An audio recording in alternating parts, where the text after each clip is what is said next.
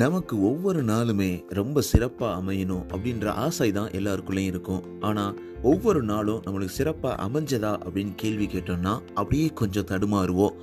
ஏன்னா ஒரு சில பேர் நம்மளை ரொம்ப கஷ்டப்படுத்திடுவாங்க. இல்லை நிறைய பேட் மெமரிஸ் நமக்குள்ளே வந்துடும். அன்னைக்கு எதிர்பார்க்காத சம்பவங்களால் நம்ம மனசு ரொம்ப கஷ்டப்பட்டுரும். ரொம்ப ஃப்ரெஷ்ஷாக அந்த டே சிறப்பாக அமையணும் அப்படின்னு நம்பிக்கையில் தான் நம்ம எல்லோரும் ட்ராவல் பண்ணுறோம். ஆனால் அந்த ட்ராவலில் நிறைய கஷ்டமான சூழ்நிலைகள், கஷ்டமான பிரச்சனைகள் வந்துடும். அது நார்மலான ஒரு விஷயந்தான். வர்றது, அந்த மாதிரி ஒரு கஷ்டமான ஒரு நேரங்கள் வர்றது சாதாரணமான விஷயம்.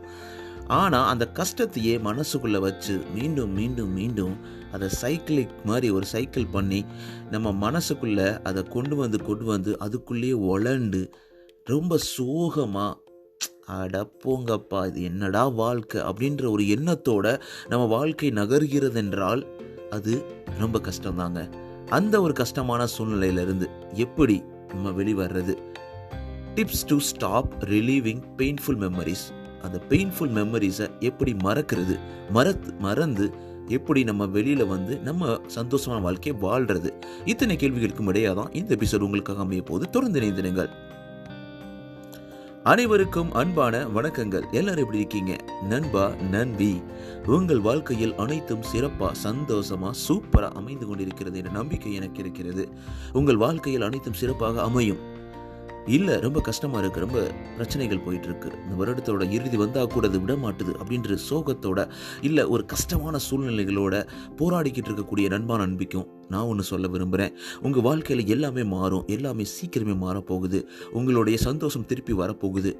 சீக்கிரமே உங்கள் வாழ்க்கையில் ஒரு புன்னகையும் ஒரு பூந்தென்றலும் எல்லாமே உங்கள் வாழ்க்கையில் வீசப்போகுது அப்படின்னு சொல்லிட்டு, உங்களோட சப்போர்ட் தாங்க ரொம்ப ரொம்ப முக்கியம். மறக்காமல் நீங்கள் எந்த பாட்காஸ்ட் பிளாட்ஃபார்மில் லிசன் பண்ணாலும் மறக்காமல் சப்ஸ்கிரைப், ஃபாலோ பண்ணுங்கள். நீங்கள் ஆப்பிளில் லிசன் பண்ணுறீங்க, இல்லை ஸ்பாட்டிஃபைல லிசன் பண்ணுறீங்கன்னா உங்களோட 5 ரேட்டிங்ஸை கொடுத்துக்கிட்டே இருங்க. அது ரொம்பவே யூஸ்ஃபுல்லாக இருக்கும். அது மட்டும்தான் நம்மளை நிறைய மனிதர்கள்கிட்ட கொண்டு சேர்க்க விடும். ஸோ லாஸ்ட் எபிசோடு உங்களுக்காக ஒரு வீடியோ எபிசோட் பண்ணியிருந்தேன். நீங்களாம் கேட்டிங்களா, பார்த்தீங்களா? ஸோ உங்களோட ரெஸ்பான்ஸ் என்ன? நம்ம ஒரு 100K ஒரு மைல்ஸ்டோன் ரீச் பண்ணியிருக்கோம். உங்களுடைய சந்தோஷத்தையும் உங்களுடைய சப்போர்ட்டையும் எனக்கு ஷேர் பண்ண ஆசைப்பட்றீங்களா? கண்டிப்பாக RJ Mano_ இந்த இன்ஸ்டாகிராம் பேஜில் எனக்கு டெக்ஸ்ட் பண்ணலாம். நேரடியாக என் கூட பேசலாம். ரொம்ப ஆவலோட உங்களுக்காக காத்துக்கிட்டு இருக்கேன். ஓகே, நம்ம டாபிக் உள்ளே போயிடலாம். நான் முன்னாடியே சொன்ன மாதிரி வாழ்க்கை ரொம்ப சிறப்பாக, பூந்தோட்டமாக, அருமையாக, அப்படியே ரொம்ப வீசும் தென்றலாக நகர்ந்துருச்சுன்னா நல்லது.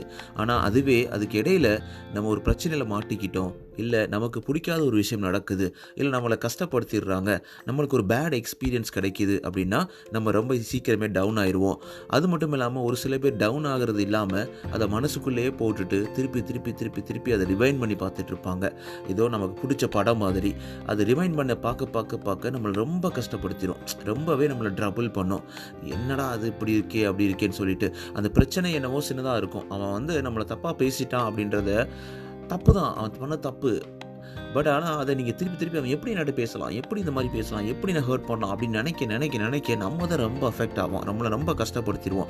நம்மளோட அந்த நெகட்டிவ் திங்ஸ், அந்த நெகட்டிவ் தாட்ஸ் எல்லாமே நம்மளை எதுலேயுமே எந்திரிச்சு நம்மளை ஓட விடாது. எதையுமே நம்ம கான்சன்ட்ரேட் பண்ண முடியாது. இந்த மாதிரி பிரச்சனைகள் இருக்கும்.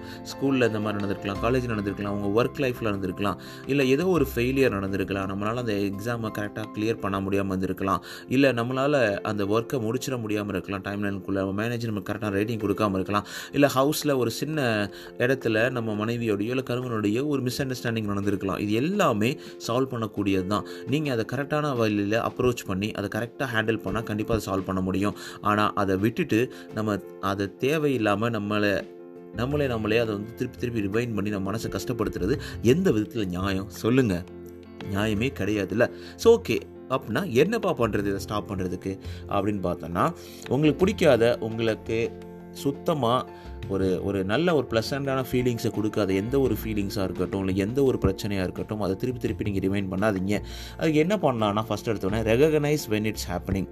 ஸோ ஃபஸ்ட் எடுத்தோடனே உங்களுக்கு அந்த ஒரு நெகட்டிவ் பிரச்சனை, ஒரு நெகட்டிவான ஒரு இன்சிடென்ட் நடக்குது, உங்களுடைய மனசு ரொம்ப கஷ்டப்படுது, உங்களை யாரோ கஷ்டப்படுத்திடுறாங்க. இந்த மாதிரி நடக்கும் போது ஃபஸ்ட்டு அதை ரெகக்னைஸ் பண்ணணும். உங்களை ரீப்ளே பண்ணி அதை ஐயோ நடந்துருச்சே சொல்கிறது இல்லாமல் ஃபஸ்ட் இடத்துல அதை நோட்டீஸ் பண்ணி, ஸோ உங்களுக்கு ஓகே இது நடந்திருக்கு, ஆமாம் இது இப்படி ஆயிடுச்சு, அக்செப்ட் பண்ணிக்கிறேன், அவங்க பண்ணது தப்பு, எனக்கு பிடிக்கல, பட் ஆனால் இதில் நான் தொடர்ந்து இருக்க விரும்பலை அப்படின்ற மாதிரி ஒரு தெளிவான முடிவை நம்ம எடுக்கணும்.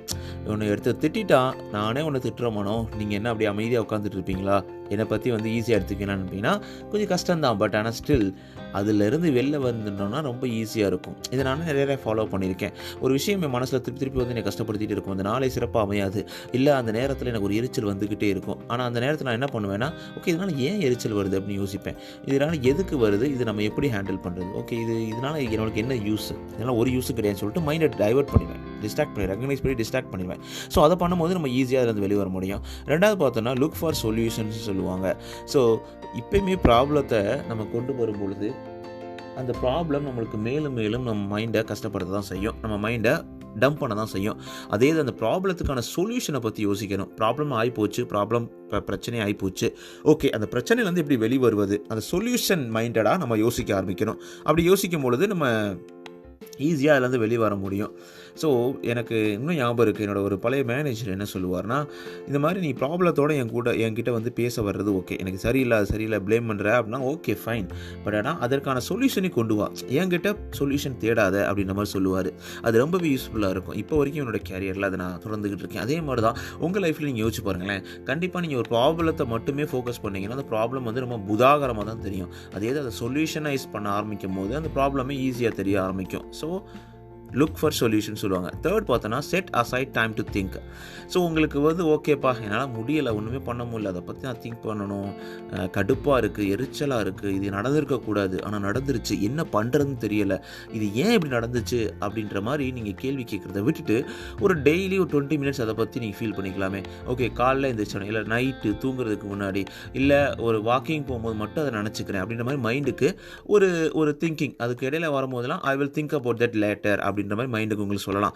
ஓகே இதை நான் பற்றி திங்க் பண்ணிக்கிறேன், இல்லை கஷ்டமாக இருக்குது, எனக்கு என் வாழ்க்கை ரொம்ப சோகமாகவும் ரொம்ப ஸ்ட்ரகிளாகவும் போயிட்டுருக்கு அப்படின்னு நினச்சிட்டே இருக்கிறத விட்டுட்டு ஓகே இதை பற்றி நினைக்கிறதுக்கு ஒரு 1/4 மணி நேரம் நம்ம ஒதுக்குவோம், 1/2 மணி நேரம் ஒதுக்குவோம். அந்த 1/2 மணி நேரம் எவ்வளோ முடியுமோ அவ்வளோ ஃபீல் பண்ணிக்கலாம். அதை தாண்டி நம்ம வெளில வரும்போது அதில் இருக்க வேணாம், நம்ம மைண்டில் திருப்பி தரும்போது இப்போ வேணாம், நான் திங்க் பண்ணுறதுக்கு டைம் கொடுத்துருக்கேன்ல, so we can think about it later அப்படின்ற மாதிரி சொல்லணும். அதுக்கப்புறம் பார்த்தீங்கன்னா டிஸ்ட்ராக்ட் யுவர் செல்ஃப். இதுதான் என்னோட எஃபெக்டிவான எனக்கு ரொம்ப பிடிச்ச டிப்ஸ்னு சொல்லுவேன். ஸோ நிறைய கஷ்டமாக இருக்கும் போதோ இல்லை நிறையா ஒரு ஹார்ட் டைமை நான் பாஸ் பண்ணும்போதோ ரொம்ப வலியாக இருக்கும் பொழுதோ நான் இந்த டிஸ்ட்ராக்ட் யுவர் செல்ஃபை நான் பயங்கரமாக ஃபாலோ பண்ணுவேன். டிஸ்ட்ராக்ட் பண்ணுவேன், ஒரு டிவி பார்ப்பேன், இல்லை படம் பார்ப்பேன், இல்லை டபக்குன்னு போயிட்டு என் ஒய்ஃப்கிட்ட பேசுவான், இல்லை நம்ம யார்கிட்டையாவது பேசலாம், உங்களுக்கு பிடிச்சவங்ககிட்ட பேசலாம். இந்த மாதிரி நம்ம ஒவ்வொருத்தர்கிட்டையும் மாறி நம்மளுடைய உங்களுக்கு பிடிச்ச விஷயத்தை பண்ண ஆரம்பிக்கலாம். அப்போ டிஸ்ட்ராக்ட் பண்ணும்போது உங்களுடைய அந்த சேஞ்ச் த சேனல், மடைமாற்றுதல் அப்படி சொல்லுவாங்க. மடைமாற்றுதல், ஒரு வாட்டரை மடைமாற்றும் பொழுது அதோட பாதை வேறவாக இருக்கும், அதோடைய தடங்கள் வேறவாக இருக்கும். இது அனைத்தும் உங்கள் வாழ்க்கையில் அந்த ஒரு வலி வேதனை இருக்கக்கூடிய அந்த வழியிலிருந்து உங்களை மாற்றி அமைக்கும் அப்படின்றதுல சந்தேகமே கிடையாது. கண்டிப்பாக டிஸ்ட்ராக்ட் பண்ணிங்கன்னா அது ரொம்ப ஈஸியான சூப்பரான அப்ரோச். நீங்கள் ஒரு கஷ்டத்தில் இருக்கீங்கன்னா உங்களுக்கு பிடிச்ச மாதிரி சாங் கேட்கலாம், வாக் பண்ணலாம், ஃப்ரெண்டுக்கிட்டே பேசலாம், மூவி பார்க்கலாம். இன்றைக்கி இருக்க சோசியல் மீடியா வேர்ல்டில் டிஸ்ட்ராக்ட் பண்ணுறதுக்கு அவ்வளோ விஷயம் இருக்குது. ஸோ அதுக்கப்புறம்னா ப்ராக்டிஸ் மைண்ட்ஃபுல்னஸ் சொல்லுவாங்க. So mindfulness is the key of living in the here and now அப்படி சொல்லுவாங்க. ஸோ உங்களுக்கு இப்போ கரண்ட்டாக என்ன இருக்குது அதானே உண்மை. இந்த நொடி இந்த நேரம் என் நண்பைகிட்ட பேசிக்கிட்டு இருக்கேன். ஸோ இதுதான் எனக்கு நிரந்தரமே தவிர அடுத்த நொடி என்ன ஆகும் தெரியாதுங்க. ஸோ நான் அதை ஒன்று நெகட்டிவாக யோசிக்க நினைக்காதீங்க. அடுத்த நொடி நம்ம யோசிச்சு ஓவர் திங்கிங் பண்ணாமல், நடந்ததை நினச்சி வருந்தாமல், இந்த நொடி நான் சந்தோஷமாக நான் ரொம்ப சூப்பராக அந்த எபிசோட் பண்ணிக்கிட்டு இருக்கேன். ரொம்ப அருமையாக உங்களுக்காக நான் பண்ணிக்கிட்டு இருக்கேன். ஸோ இதில் மட்டும்தான் என் மைண்ட் இருக்குது, இதில் மட்டும்தான் ஃபோக்கஸ் இருக்குது, வேறு எதுலையுமே கிடையாது அப்படின்ற ஒரு மைண்ட்ஃபுல்னஸோட நம்ம லைஃப்பை நம்ம அணுகும் பொழுது ரொம்ப அருமையாக இருக்கும். இது நிறையா நம்ம எபிசோடில் பேசியிருக்கோம். ஒரு டீ குடிக்கும்போது டீயை குடிக்க பற்றி யோசிக்க மாட்டோம், நம்ம நடந்த பிரச்சனை யோசிப்போம், இல்லை நாளைக்கு என்ன பண்ண போகிறோமோ யோசிப்போம், இல்லை அடுத்து என்ன பண்ண போகிறோமோ. அது எதுனாலும் ஹெல்ப் பண்ணாதுங்க உங்களுக்கு. அந்த ஒரு ப்ரெசன்ட் சுச்சுவேஷனில், அந்த ஒரு ப்ரெசன்ட் டைமிங்கில் நீங்கள் யோசிக்கும் பொழுது, இல்லை அதில் உங்கள் மைண்டை ஃபுல்லாத்தையும் ஃபோக்கஸ் பண்ணி அதில் நிலைநிறுத்தும் பொழுது உங்கள் வாழ்க்கை மிக சிறப்பாக சந்தோஷமாக சூப்பராக அமைன்றதில் எந்த ஒரு டவுட்டுமே கிடையாது. ஸோ இந்த 5 பாயிண்ட்ஸை நீங்கள் ஃபாலோ பண்ணும் பொழுது எவ்வளோ பெரிய கஷ்டமாக இருந்தாலும், எந்த ஒரு பிரச்சனையாக இருந்தாலும், ஒரு பெயின்ஃபுல் மெமரியாக இருந்தாலும் ஈஸியாக இருந்து வெளிவர முடியும். ஸோ ஒரு சில விஷயங்கள் ரொம்ப லேட் ஆகும், பட் ஆனால் ஸ்டில் இந்த ஸ்டெப்ஸ்லாம் நீங்கள் ஃபாலோ பண்ணும்போது ஈஸியாகவே இருந்து வெளிவர முடியும். ஸோ கண்டிப்பாக வெளிவந்தால் தான் உங்களுடைய வாழ்க்கையின் அடுத்த பாதையில் நீங்கள் பயணிக்க முடியும். ஸோ எவ்ரிடே நம்ம உட்காந்துட்டு அதே பிரச்சனையை நம்ம உழண்டுக்கிட்டே இருக்க முடியாது. நம்ம அடுத்தடுத்த ஸ்டெப் எடுத்து ஆகணும், நடந்தே ஆகணும், நகர்ந்தே ஆகணும். நகர்ந்தால் மட்டும்தான் நம்மளுடைய வாழ்க்கை நாடகம் ரொம்ப சிறப்பாக அமையும். ஸோ அதை நீங்கள் மனசில் வச்சுட்டு கண்டிப்பாக உங்களுடைய பிரச்சனைகள் எல்லாத்தையும் ஈஸியாக கடந்து உங்களுக்கு பிடிச்ச வாழ்க்கையை, உங்களுக்கு மனசுக்கு நெருக்கமான வாழ்க்கையை வாழ்ந்து ரொம்ப சந்தோஷமாக இந்த நாட்களை கடங்கள்.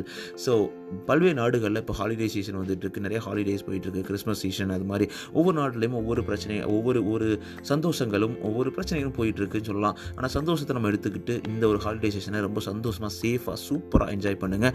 நண்பா நண்பி, நீங்கள் எந்த நாடுகள்லேருந்து எங்கே இருந்து நீங்கள் லிசன் பண்ணாலும், எந்த டைம்லேருந்து லிசன் பண்ணாலும் உங்களுக்கு ஒரு மிகப்பெரிய வணக்கம், மிகப்பெரிய நன்றி. நீங்கள் இவ்வளோ தூரம் சப்போர்ட் பண்ணதுக்கு ரொம்ப நன்றி. மறக்காமல் சப்ஸ்கிரைப், ஃபாலோ பண்ணுங்கள். நீங்கள் பண்ணலைன்னா அது மட்டும் இல்லாமல் உங்களோட ரேட்டிங்ஸை 5 ரேட்டிங்ஸை ஸ்பாட்டிஃபைலையும் ஆப்பிள் பாட்காஸ்ட்லையும் கொடுத்துட்டே இருங்க. அது எனக்கு ரொம்ப யூஸ்ஃபுல்லாக இருக்கும். முழுக்க உங்களுக்காக இதை ஃப்ரீயாக என்னோட ஓன் டைமிங்கில் ரிசர்ச் பண்ணி உங்களுக்கு ரன் பண்ணிக்கிட்டு இருக்கேன். இதில் என்ன பலன் பார்த்தீங்கன்னா உங்களோட ஸ்மைல் மட்டும்தாங்க. அந்த ஸ்மைல் மட்டும்தான் என்னை வந்து தொடர்ந்து ஓட வைக்குது. இன்னும் நிறைய நல்ல எபிசோட்ஸ்லாம் உங்களுக்காக பார்த்துக்கிட்டு இருக்கேன். ஸோ உங்களோட தாட்ஸ், உங்களோட கமெண்ட்ஸ், உங்களோட ஃபீட்பேக், உங்களுடைய கொஸ்டின்ஸ் எல்லாத்தையும் RJ_Mano_ இந்த இன்ஸ்டாகிராம் பேஜில் எழுதி அனுப்புங்க. ஸோ உங்களுடைய பதில்களுக்காக நான் ரொம்பவே ஆர்வமாக காத்துக்கிட்டு இருக்கேன். ஸோ அடுத்த எபிசோடில் உங்களை வந்து சந்திக்கிற வரைக்கும் உங்களோட விடைபெறுவது RJ_Mano. நீங்கள் கேட்டுக்கிட்டு இருக்கீங்க RJ_Mano. இது உங்களோட நம்பிக்கை. தொடர்ந்து உங்களோட சப்போர்ட்டை கொடுத்துக்கிட்டே இருங்க. டேக் கேர் நண்பா நண்பி. அடுத்த எபிசோடில் உங்களை சந்திக்கிறேன். Bye bye, take care.